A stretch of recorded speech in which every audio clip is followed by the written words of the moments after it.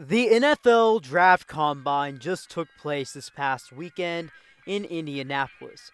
It was a great opportunity for many athletes out there and draft prospects to show what they have as an athlete going into the 2024 NFL Draft in front of every scout from every NFL team. And in today's video, I'm ultimately going to be talking about winners from the NFL Draft Combine. Obviously, I cannot talk about every winner from the draft combine, so if you think I missed someone, drop them down in the comment section at the end of the video. Before I move on, remember to smash that like button and subscribe if you haven't already. Now let's get into it. The first player that I'm going to be talking about in today's video is wide receiver from Texas, Xavier Worthy. Xavier Worthy was a 3-year starter for the Longhorns, starting in every game that he played in. He ended up with a career total of 197 receptions for 2,755 yards, averaging 14 yards a reception and 26 total touchdowns through the air, while also being used in the punt return game. His most recent college season was his best season through the air yard-wise, as he had 75 receptions for over 1,000 yards and 5 touchdowns through the air, while also being highly efficient in the punt return side of things. Xavier Worthy heading into the NFL Combine is seen as one of the better wide receivers in this class, in an already stacked wide receiver class in my opinion, and he was projected to be anywhere from a day 2 pick in the second round to potentially a first rounder. But over the Combine this weekend, Xavier Worthy, even though he did lose a couple inches in his height, he was one of the best receivers production-wise at the Combine itself. As according to the NFL Draft.com NFL Combine profiles, production score he ranks 5th, athleticism score he ranks 1st in the 2024 Combine for receivers who tested, so his total score makes him the 3rd overall receiver based on the score breakdown from the Combine and production from college. He broke a record as well, as he now has the fastest 40-yard dash time with a 4.21 40-yard dash.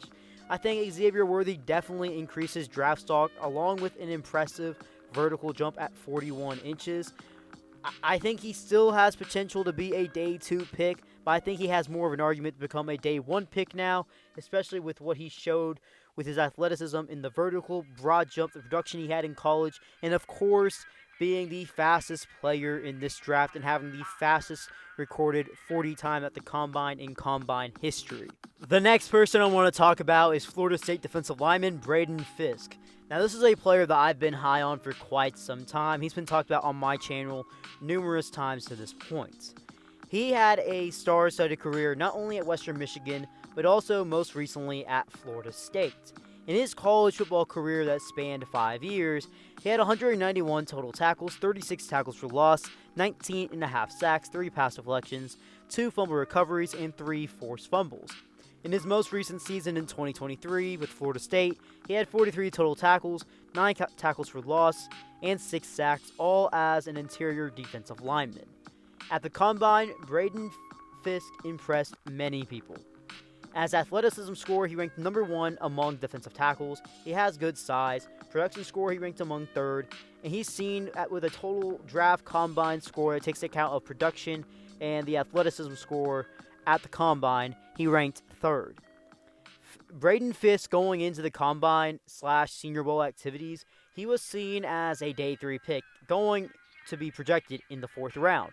However, after all of this, it seems like his draft stock has really skyrocketed even more. And it seems like he's going to have a real shot to be taken day 2 in the 2nd round. Going back to the wide receiver position for this next player, I'm going to be talking about LSU wide receiver Brian Thomas Jr. Brian Thomas Jr. is coming off a breakout campaign in 2023 where he was a starter for the Tigers.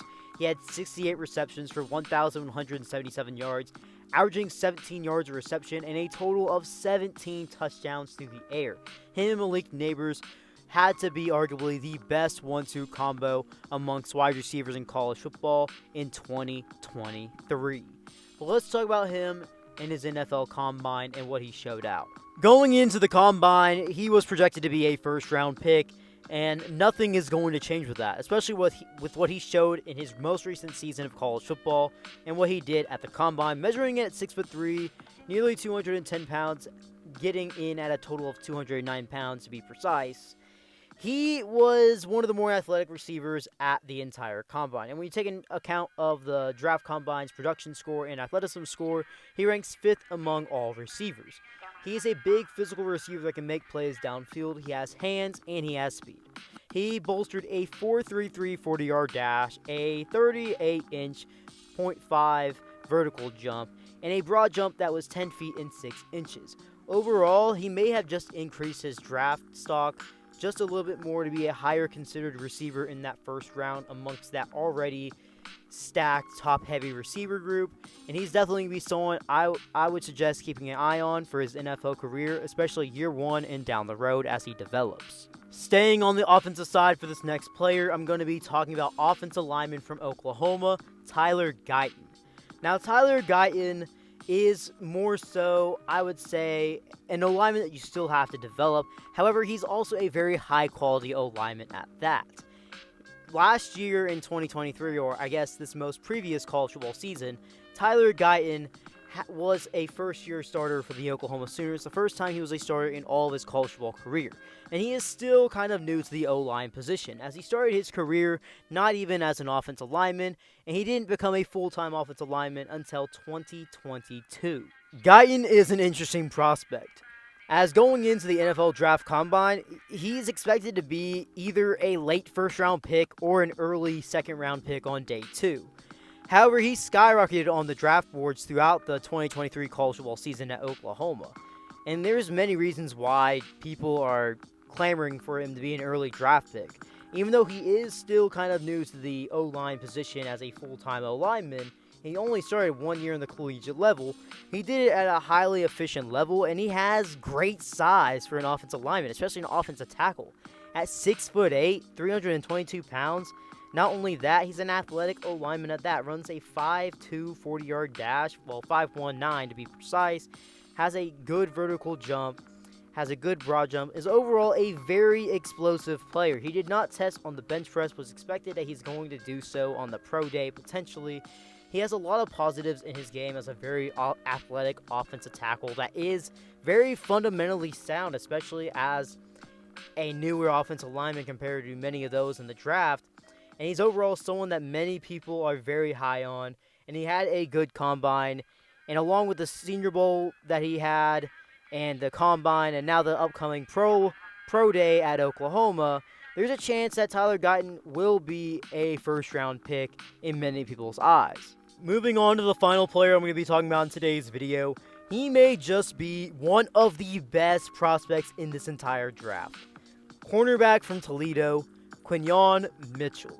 Quinyon is coming off a great career as a Rocket at Toledo, where he finished his career with 123 total tackles, 7.5 tackles for loss, a total of 6 interceptions, along with 45 pass deflections, 1 fumble recovery, and 1 forced fumble. He was a force with Toledo 3 years in a row as a starter for the Rockets.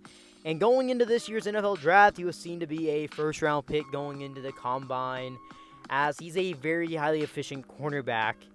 But going into the Combine, yes, he was seen as a first-rounder. But was he seen as cornerback 1 going into the draft or the Combine? No. However, after his Combine performance and what he's been showing on tape, Quinyon Mitchell has an argument to be not only cornerback 1, but also to be a top 10 pick. He does have some good size at the cornerback position at 6 foot, 195 pounds. But coming off a 4.33 40-yard dash, a 38-inch vertical jump, and 20 reps on the bench press, if you take in account of his draft combine score with production in college and athleticism shown at the combine, he ranks first among all cornerbacks. He's seen as a very high-value corner, and he's someone that I feel you're going to hear his name very early on draft night. Well, guys, if you made it this far in today's video, drop something down in the comment section below. Who else do you think had a very good combine showing and increased their draft stock?